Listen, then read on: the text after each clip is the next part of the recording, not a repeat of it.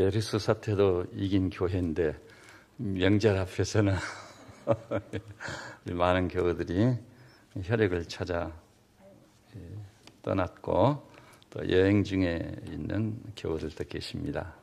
아마 있는 곳에서 예배가 있을 것이고 또 하나님께서 예기치 못한 더 놀라운 은혜를 그곳에서 베풀어 주시리라 믿습니다.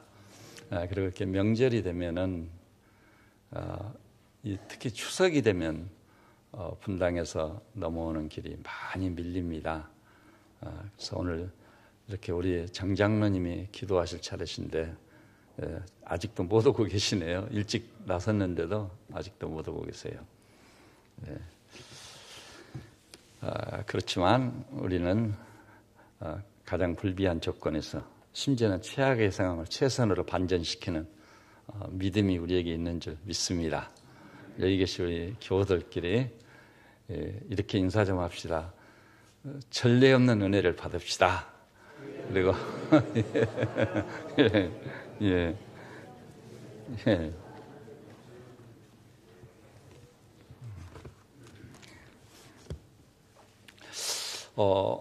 오늘을 뉴스를 보니까 우리 한국 민족이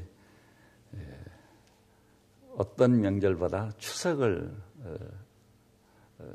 가장 크게 여기고 지키면서 또 추석의 여러 풍속을 잘 지키고 보존하고 있다. 이렇게 보도한 것을 봤습니다. 그래서 오늘 추석이라고도 하고 또 뭐라고도 표현하죠? 중추절 혹은 한가위. 이 계절이 얼마나 좋았으면은 이 백성들이 더도 말고 덜도 말고 항상 날마다 한가위만큼만 되어라 했겠습니까? 그 말 속에요 큰 의미가 있습니다. 과거에 우리나라는 젊은 분들은 감지를 못하셨겠지만 너무 힘들고 어려운 시절, 가난한 시절을 지내왔습니다. 그래서 가을에 수확을 했는데 음력 2월이 가기 전에 양식이 다 떨어지는 거예요. 그래서 소위 보릿고개 그런 말이 유행을 할 정도였습니다. 새봄을 맞이해서 새싹이 돋기 시작하잖아요. 들러 산으로 나가가지고 새로 돋아난 새싹을 뜯어다가 나물죽을 썰먹고 또 살나무 껍질을 벗겨서 그 안에 부드러운 물이 오를 때 굉장히 부드럽거든요. 그것을 이렇게 갉아가지고 먹곤 했습니다. 저도 그 성쿠라고 해서 그것을 먹었었고 그 다음에 막 자라난 풀에서요 그 풀꽃이 피기 이전 그 알맹이가 굉장히 부드러워요. 그리고 그것을 먹어보면 달콤합니다. 우리 고향에서 삐비라고 하는 그것을 뽑아가지고 많이 모아서 먹고 다녔습니다. 근데 그때 그렇게 가난했었는데 우리는 너무 가난하다. 먹을 것도 없이 왜 이렇게 힘든 건가? 신세를 한탄하거나 그런 일이 없어요. 친구들끼리 다 올려서 이 삐비 뽑는 재미에 그걸 한 주먹 가지고 다니면서 그 달콤한 것을 입속에 넣고 녹여 먹는 재미, 기쁨. 그게 오히려 넘쳤어요. 어른들도 지금 돌이켜보면 가난하고 어렵다고 해서 신세를 한탄하거나 그것 때문에 살만 나지 않는다든지 이런 분위기는 제 기억으로는 거의 없었습니다. 그리고 이 추석을 맞이하면은요, 진짜 온 마을 축제인데, 제 어렸을 때 그 마을에 그 누나들,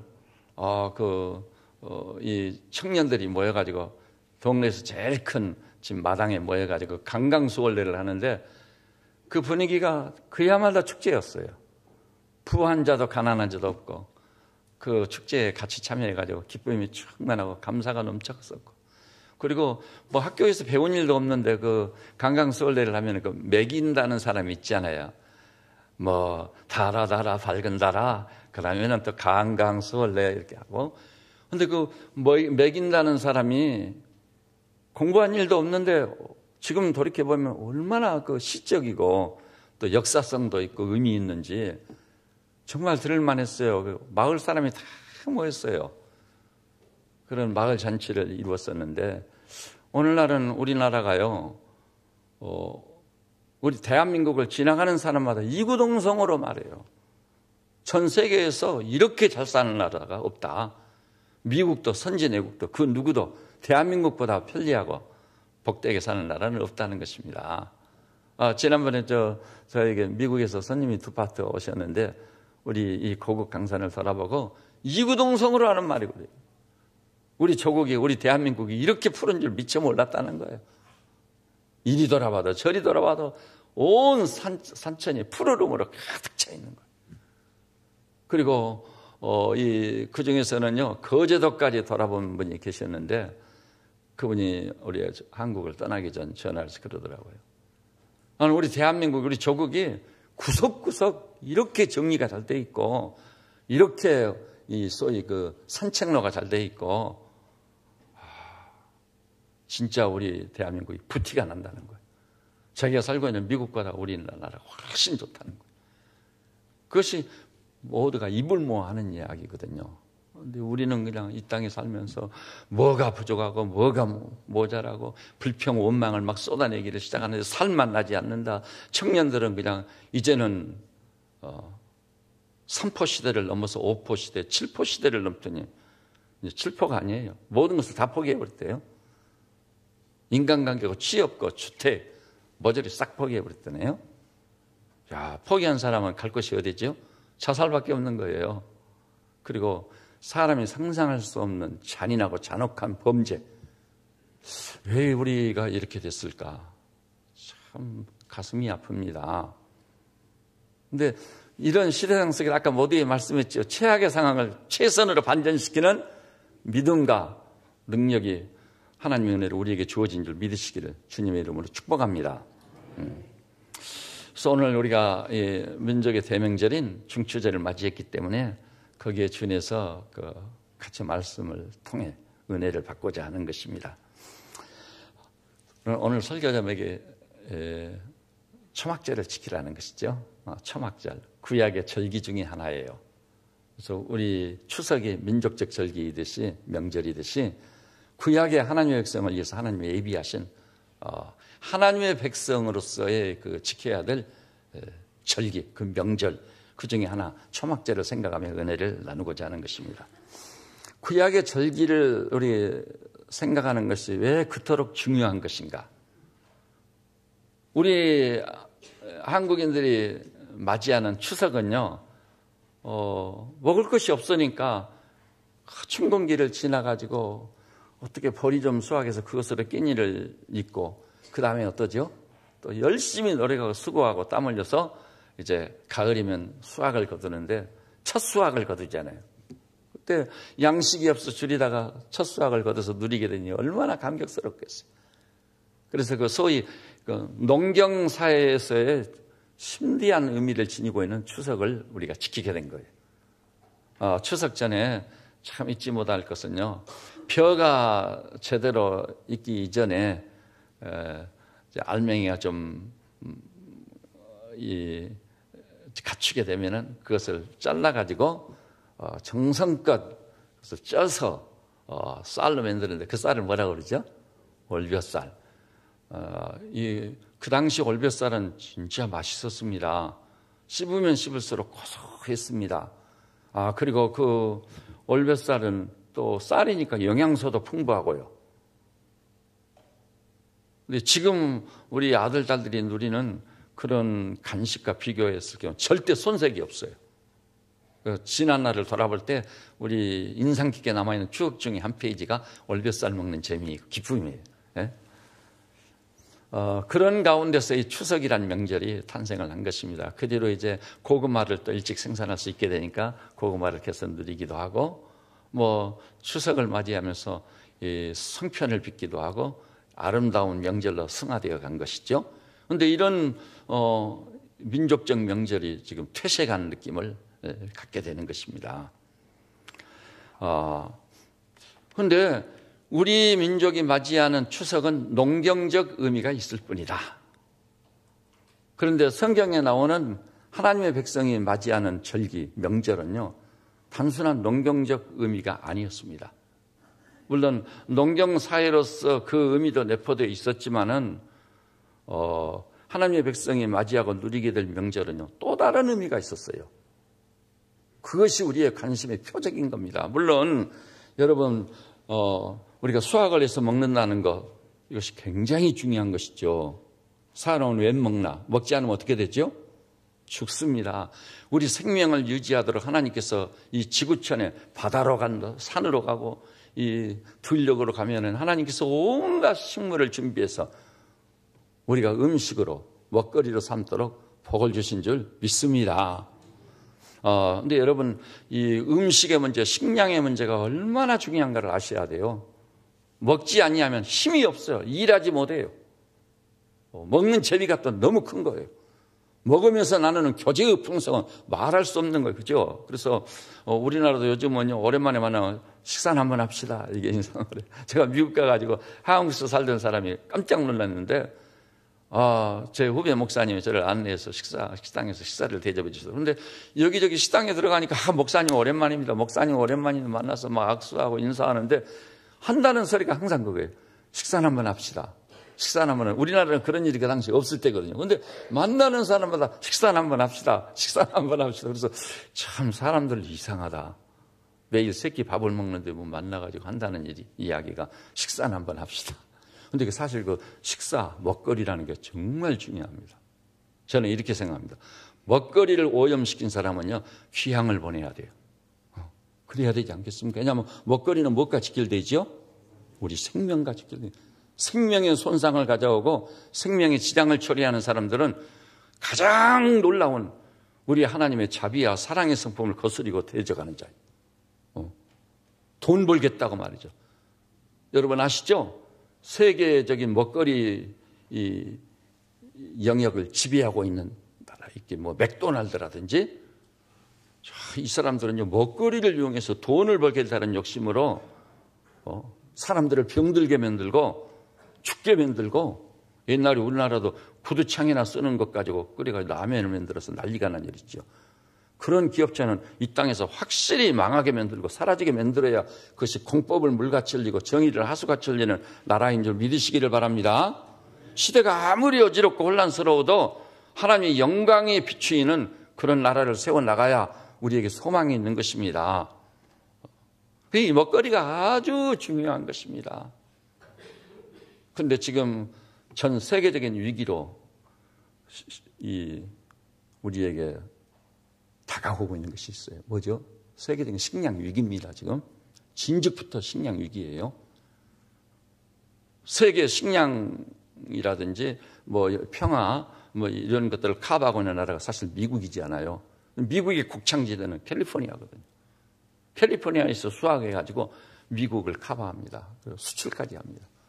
근데 캘리포니아가 물이 없어가지고요, 지금 오렌지 수확도 못해요.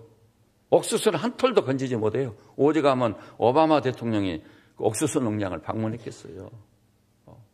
상당히 지금 위급한 상황입니다.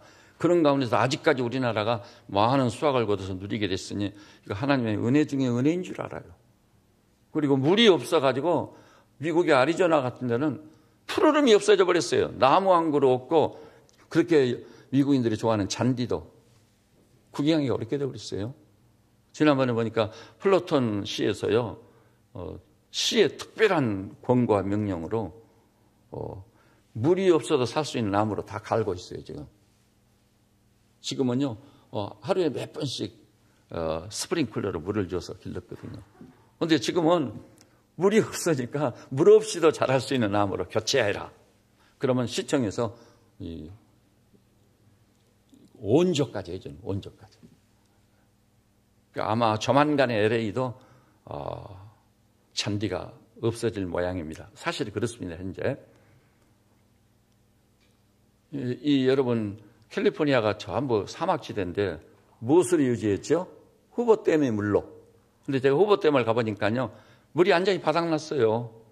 그래가지고 이 수위가 맨 밑으로 내려가가지고, 그래서 장차 이 일을 어떻게 하느냐 했을 때, 저 알라스카에서 물을 가져오겠다고.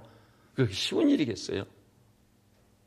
근데 그 전 세계적으로 직면한 인류의 최대의 위기 중에 식량은, 왜냐하면 밥을 먹지 아니하면 죽으니까. 그래서 이것이 우리 교우들께서도 아마 기회가 된다면 고향이나 어디 시골에 뭐 물려받은 유산으로 손바닥만한 땅이라도 있으면은요, 그 땅을 되팔든지 해가지고 물이 엄청난 가뭄에도 그래도 땅이라도 파면 물을 얻을 만한 곳에다가 손바닥만한 땅이라도 딱 마련했어요. 저는 이런 목사로서 진짜 저에게 이탁한 우리 양머리들을 그리스도의 심장으로 사랑합니다. 그래서 제가 그런 몇 년 전에 그런 생각을 해서 우리 교회 차원에서 아무리 가물어도 물이 마르지 아니할 만한 개천을 끼고 있는 산을 하나 사면 어떨까? 그러면 야차하면 고구마라도 심어서 식량으로 삼을 수 있지 않을까? 그런 생각을 해봤어요. 그런데 그게 그냥 해본 얘기가 아닙니다. 그 시기가 지금 우리 앞에 박혀있습니다, 지금. 그래서 여러분, 제가 처음에 미국 갔을 때는 보니까요, 미국에 저는 굉장히 늦게 갔거든요. 마트에 가서 뭐 조금 사면요, 20kg, 30kg 쌀을 공으로 줬어요, 공으로. 그러니까 뭐 무엇을 많이 사서가 아니요, 얼마치를 사서가 아니요. 그냥 마트에 가서 뭐 조금 샀다 하면은 20kg, 30kg 쌀은 공짜로 거저주는 거예요. 근데 이제 그런 법이 없어졌어요. 없으니까. 그래서 이것이 우리 교우들께서는 옛날에 우리 어렸을 때 어른들은 기억하시죠? 먼지 속에 떨어진 보리밥, 쌀 한 톨도 주워서 먹었거든요. 주워서 먹었습니다. 진짜 그렇게 먹었습니다. 그런데 지금 젊은 사람들은 전혀 그런 인식과 각성이 없는 것 같아요. 그리고 이 모든 것을 다 포기한다.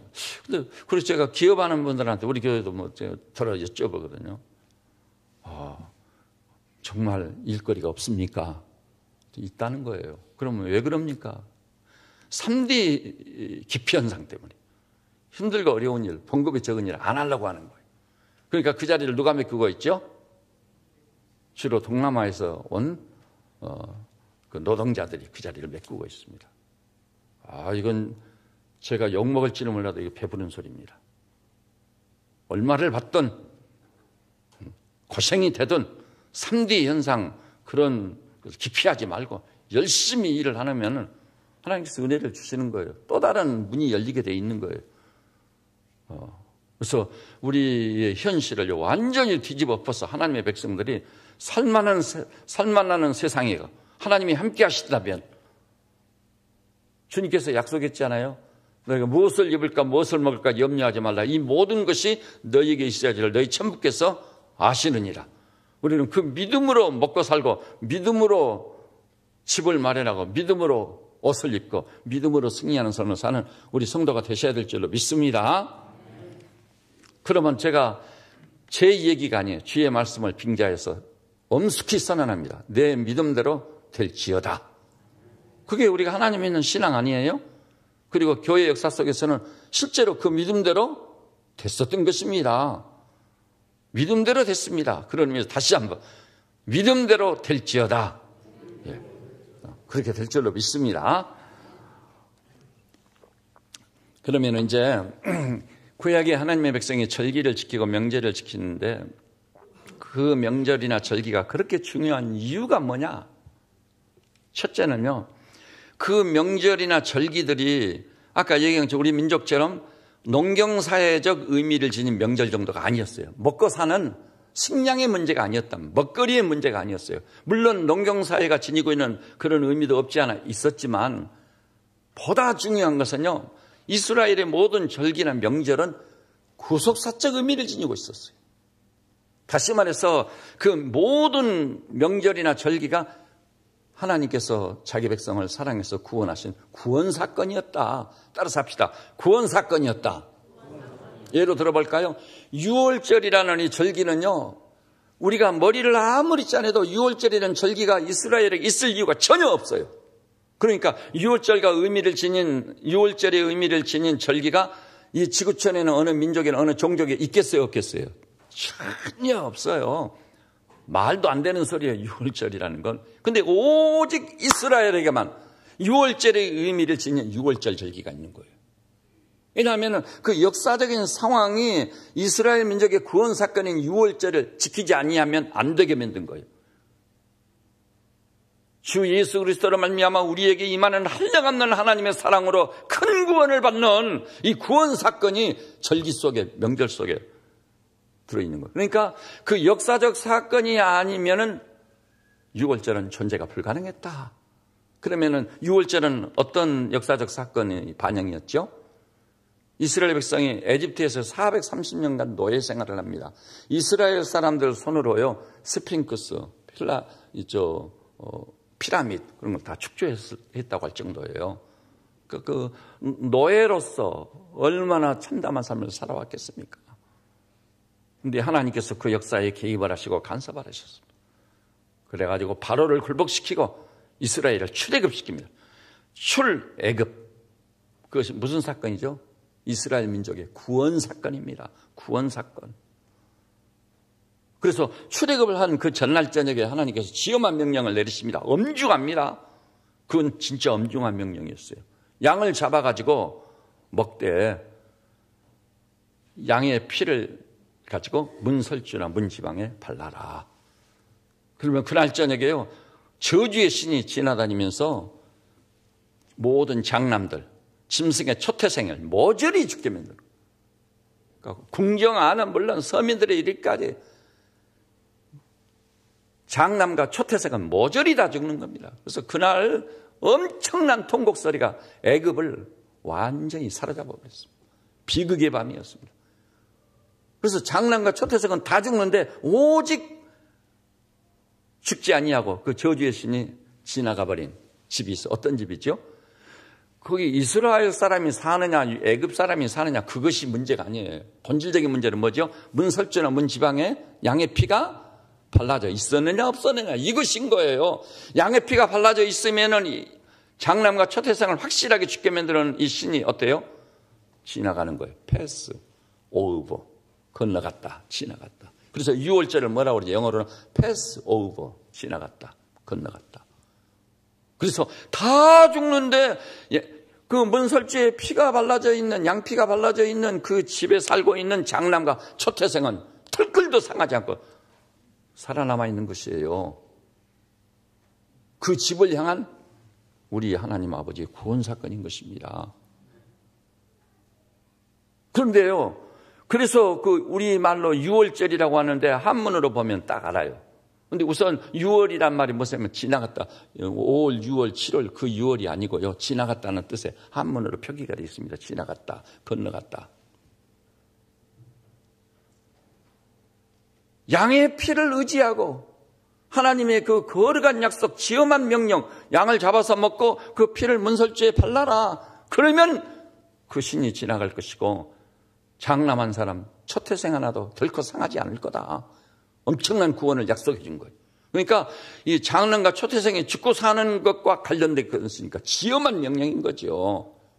그러니까 이런 류의 역사적 사건은 이스라엘 이후에는 있었어요, 없었어요? 전혀 없었다는 거예요. 농경사회에서 배고픈 시절이 지나고 이제는 첫 수확을 거둬 누리게 됐다.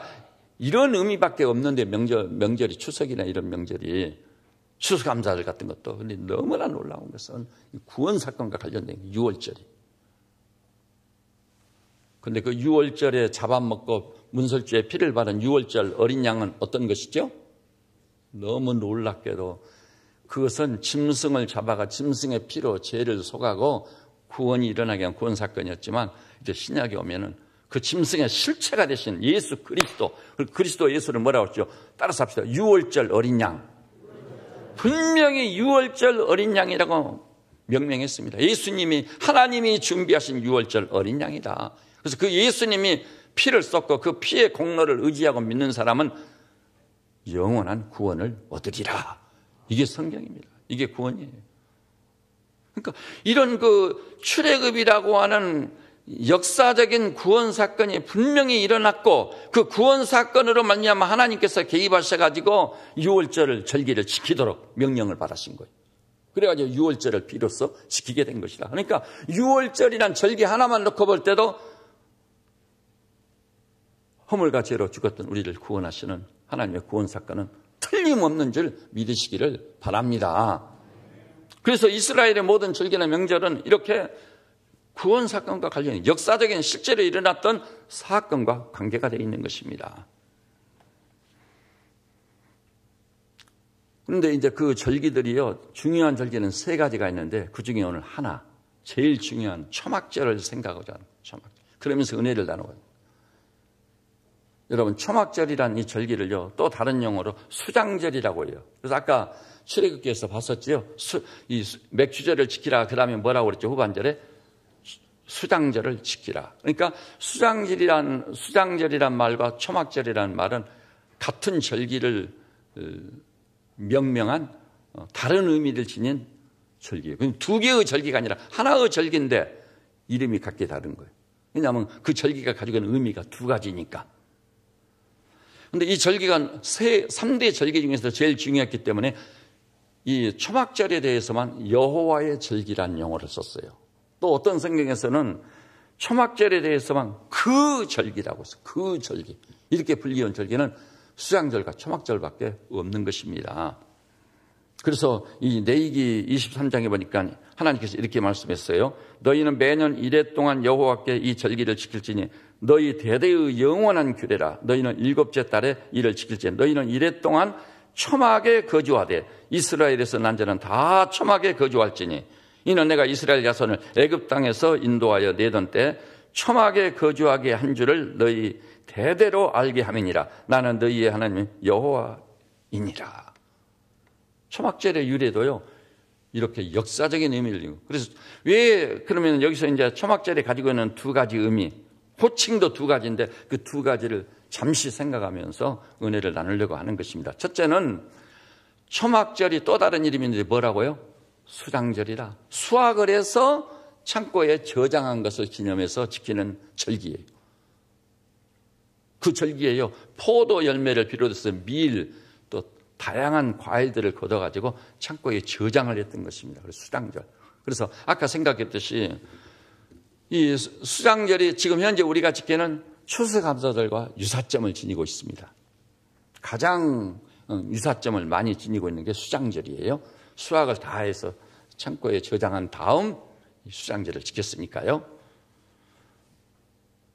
그럼 신약시대를 사는 우리 성도에게는 수장절이 어떤 의미를 지니고 있을까요? 이스라엘 사람은 포도와 밀, 기타 여러 곡물을 거두어서, 과일들을 거두어서 그 수확을 거두게 하시는 하나님께 감사의 의미로 수장절을 지켰단다면 우리에게 수장절은 뭐예요? 추수감사를 지키겠지만 우리에게도요, 반드시 먹을 것은 수확을 해서 열매를 거둔 결과인 겁니다. 우리가 씨를 뿌려서 수확을 한 것이 우린 것 같지만 사실은 뿌린 씨는 누가 주신 거예요? 하나님이 주신 거예요. 그 씨는요, 사람이 탄생시킬 수 없습니다. 원래 씨는 창세기 뜻에 각각 그 종류대로. 그래서 옥수수 씨앗은 영원히 옥수수 씨앗이에요. 쌀, 그 벼 씨앗은 영원히 벼 씨앗. 그리고 그것을 교배해가지고 뭐 이렇게 저렇게 만들어 보는데 별 재미가 없어요. 일대로 끝나거든요.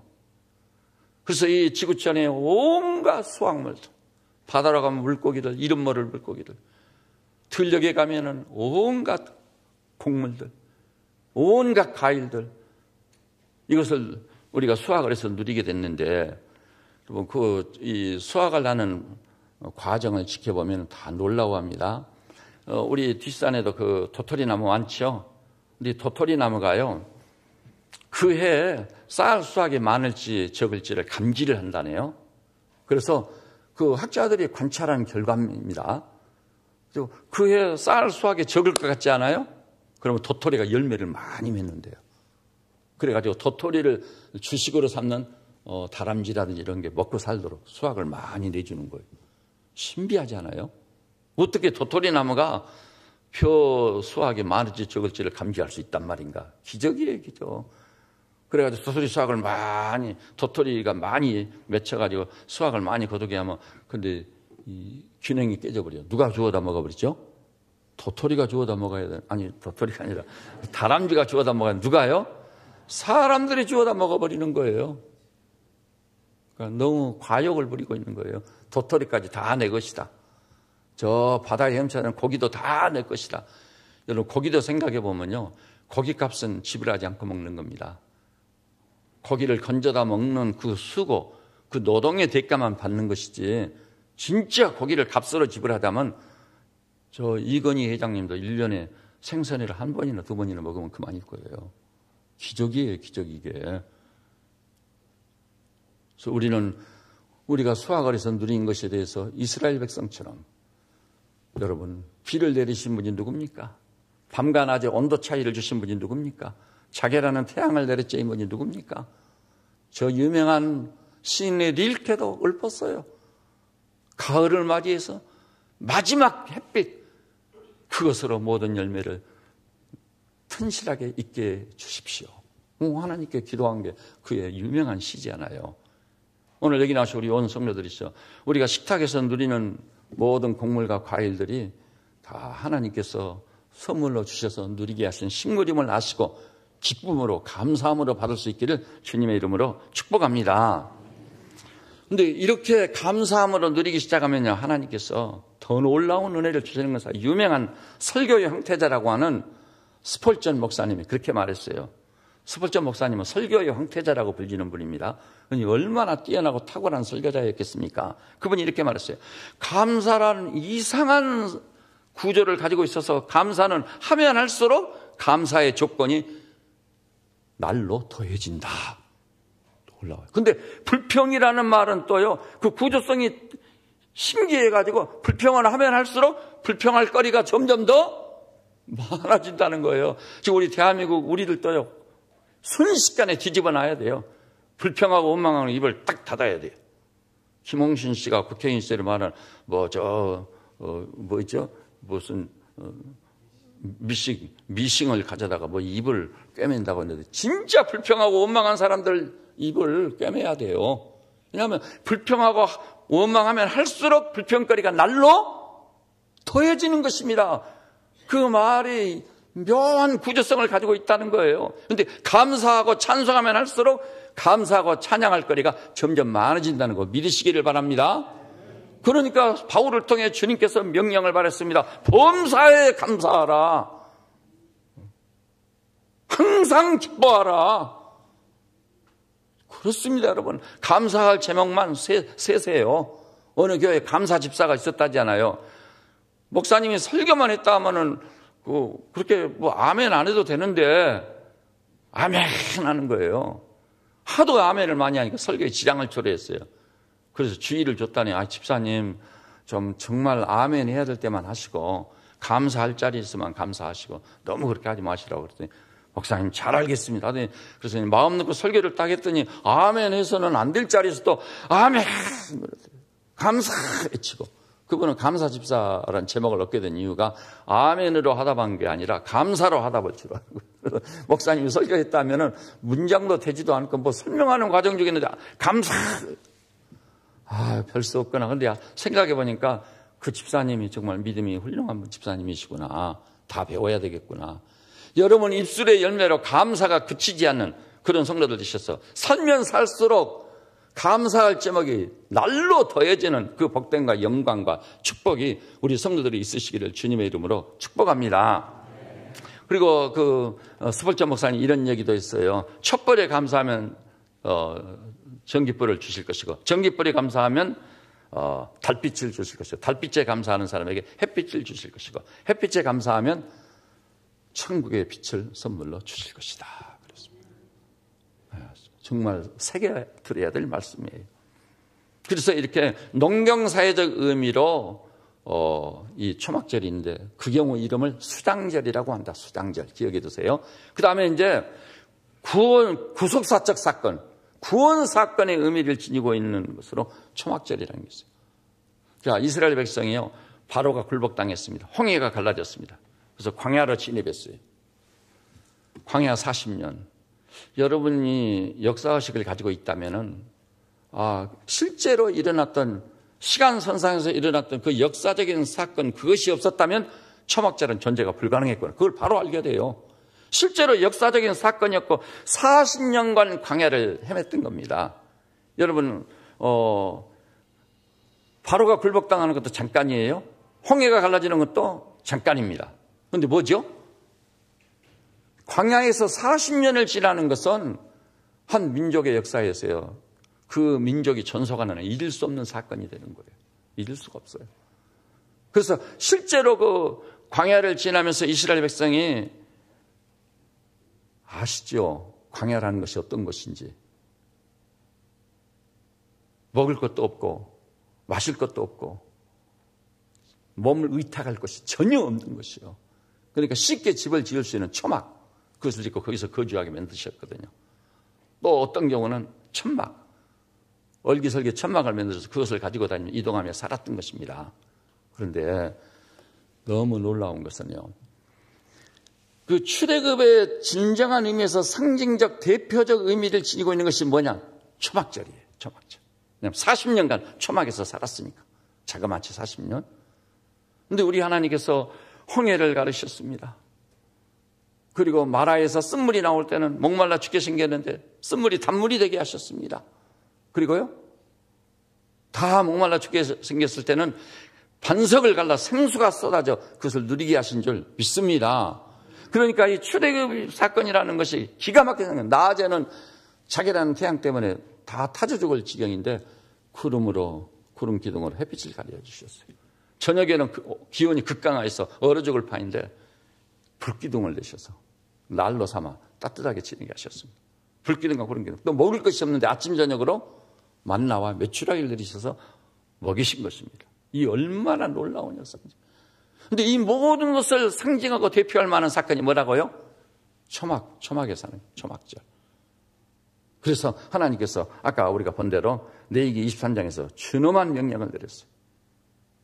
내가 이스라엘 자손을 애굽 땅에서 인도하여 내던 때 초막에 거주하게 한 줄을 너희가 대대로 알게 함이니라. 그러면서 그것을요, 너희 평생에 항상 이 규례를 지킬지어다 그랬어요. 그래서 이스라엘 민족은요, 예나 지금이나 지금도 세계 최고 부자, 이스라엘 사람이 최고 부자지 않아요. 그런데 초막절을 맞이하면 7일 동안 야지에다가 초막을 짓고 거기 들어가 사는 거예요. 그리고 초막의 특징 중에 하나가 뭐냐면 지붕이 없어요. 누우면은 청청에는 밤하늘의 별들을 바라보게끔. 광야를 지날 때요, 누우면은 저 하늘의 별들이 보이거든요. 그것을 추억하고 기억하게 한 거예요. 그래서 이스라엘 사람은 지금까지도 초막절을 지키고 있다. 역사적 사건인데다가 구원 사건이었고 하나님만이 행하실 수 있는 기적적인 사건이었기 때문에 그 초막절을 지키면서 출애굽을 상기하고 구원 사건을 상기하면서 더 나아가 예수 그리스도를 만나 우리에게 임하게 될 메시아, 큰 구원을 기다리고 대망하며 살아왔던 것입니다. 오늘 여기 나오신 우리 세뱃전은 약물이들이시여, 우리가 이 추석을 맞이하면서 농경사회적 의미에서도 추석을 맞이하지만 무엇보다도 이 구원 사건으로서 초막절을 염두에 두고 그런 의미를 부여해서 이 추석이나 명절을 맞이하는 우리 성도들이 되셔야 될 줄로 믿습니다. 그런데 여기서 끝나지 않아요. 이 수장절이 있고 초막절이 있지만 마지막 하나가 우리를 기다리고 있습니다. 왜냐하면 이스라엘이요, 40년 광야를 지날 때 초막에서 사는 삶의 연장선상이 계속될까요? 아닙니다. 그들은 요단을 건너 마침내 젖과 꿀이 흐르는 가나안 복지로 들어가는 것이 기다리고 있는 거예요. 그리고 젖과 꿀이 흐르는 가나안은 신약 성도인 여러분과 저에게는 무엇을 상징하는 것이죠? 의에 거하는 바 새하늘과 새 땅입니다. 단순한 초막이 아니라 그것은 장차 우리에게 임할 새하늘과 새 땅에 대한 생생한 스케치요, 그림인 겁니다. 오늘 여기 나오신 우리 교우들이 있어. 베드로도 의에 거하는 바 새하늘과 새 땅을 바라보는 도다 그랬어요. 요한 신학도요, 또 내가 보면 새하늘과 새 땅이 하늘로부터 내려오는데 신부가 신랑을 위하여 단장한 것 같더라. 얼마나 놀랐습니까? 여기 계신 온 교우들께서 이 땅에 살고 있는 광야 같은 삶, 초막 속에 사는 삶과 같은 삶인데 이것을 지나면서 우리는 주님이 우리를 위해서 예비하신 아버지의 집, 내 아버지의 집에는 있을 것이 많도다. 내가 가서 있을 것을 예비하면 내가 다시 와서 너희를 나 있는 곳에 함께 있게 하리라고 약속하신 그 의에 거하는 바 새하늘과 새 땅을 소망 중에 바라보며 사는 우리 성도들 되시기를 주님의 이름으로 축복합니다. 기도하십시다. 하나님 아버지, 오늘 민족적 명절인 추석을 맞이하여 우리 성도들이 혈육을 찾아 고향을 찾아 혹은 여행 중에 많이 흩어졌습니다. 그러나 연약한 종들을 성소에 불러 모으소서 여전히 예배하게 하신 것을 감사하고 찬양합니다. 주님, 우리는 초막절을 통해 진정한 의미가 무엇인지, 우리가 이룰 것이 무엇인지를 들여다봤습니다. 오 주님, 먹거리로서 하나님께서 거두게 한 수확을 거두어 즐기고 누리는 것도 이루 말할 수 없는 축복입니다. 그래서 우리도 수장절을 지키는 의미에서 추석을 맞이하게 하시고, 또 중요한 것은 단순한 수장절의 의미가 아니라 구원 사건으로서 그것을 대표하는 출애굽 사건을 상징하는 초막에서의 기감, 그것을 기념하고 있지 않고 지금까지도 초막절을 지키고 있는데, 우리 또한 광야 같은 세상을 지나면서 하나님이 명하신 초막을 의지해서 우리 생명을 유지하고 이 땅을 복음화하고 하나님의 영광을 만방에 선포하며 사는 우리 성도들 되게 하여 주시옵소서. 그러나 우리에게는 제3의 명절이 있습니다. 새하늘과 새 땅에 입성하는 것입니다. 온 성도들이 어차피 지나가는 이 세상에 소망을 두지 않고 주님이 우리를 위해서 예비하신 새하늘과 새 땅, 아버지의 집에 대한 그리움과 사모함으로 살게 하여 주시옵소서. 분명히 십자가의 강도에게 임종 순간 오늘 내가 나와 함께 낙원에 있으리라고 약속하신 주님을 믿습니다. 우리의 신령한 영안이 열려 주님이 우리를 위해서 예비하신 계시록의 묘사에는 그 복되고 영광스러운 하나님의 나라를 바라보게 하여 주시옵소서. 그 믿음과 소망이 확실해서 땅을 살지만 이 땅에서도 영원을 사는, 천국을 사는 종들 되게 하여 주시옵소서. 흩어져 있는 성도들 어디서 무슨 일을 하든 주님이 거기 함께 하시고 동행하셔서 하나님 나라를 체험하게 하시고 거기서 천국의 복음을 혈육들에게, 이웃들에게 확산시키는 증인들로 쓰임받고 돌아오게 하옵소서. 예수님의 이름으로 기도드립니다. 아멘.